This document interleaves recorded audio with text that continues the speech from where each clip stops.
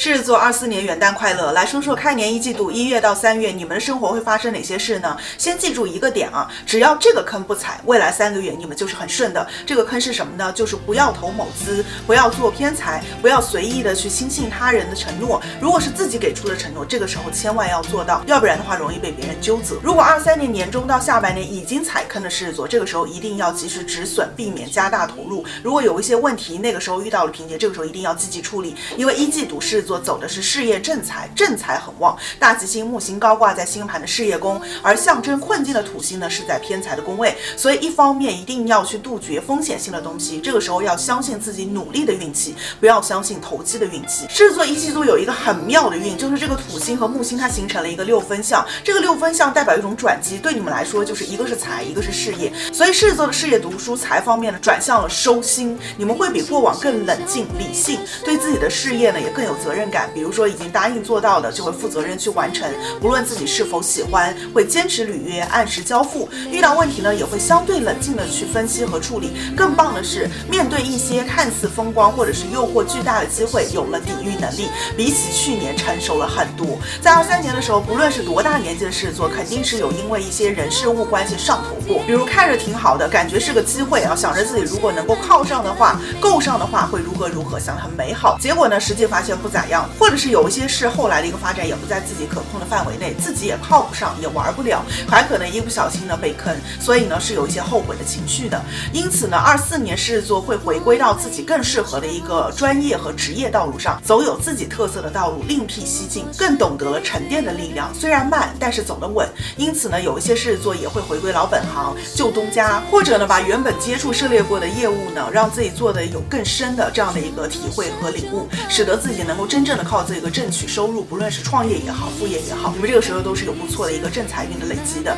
或者呢被更大的平台相中，跨到那边去有更好的发展，哪怕过去之后呢可能待遇啊职级是不如现在高的，可是狮子座你们要看长远，你们可以靠着负责任的一个工作，把之前的弯路慢慢的填平。24年就是一个填坑的一个过程，去相信努力就是捷径，努力可以缩短差距，努力可以超越极限，努力可以改变命运。依靠任何外界的力量，就可能时不时需要担惊受怕。这个力量，比如说会不会变啊，或者坍塌啊，所以我们终将拾起自己，放下他人，这样呢才能够获得长久的成功与致富的正确打开的方式。那狮子座24年一季度就在正确打开中，读书也好，工作客户也罢，一定不要求多，要求精，好好的做好一件事一个项目，足够狮子座这个时候忙很久了，这时的成果也可以吃一辈子。那守护星太阳呢，从6宫到9宫也是量变引起质变的一个过程。很重要的是，你们要学会及时的肯定和取悦自己，看到自身的进步，会让狮子座进步更快，每天一小步，成就未来大步。同时呢，这时贵人运很旺，当然小人和敌人运也很旺，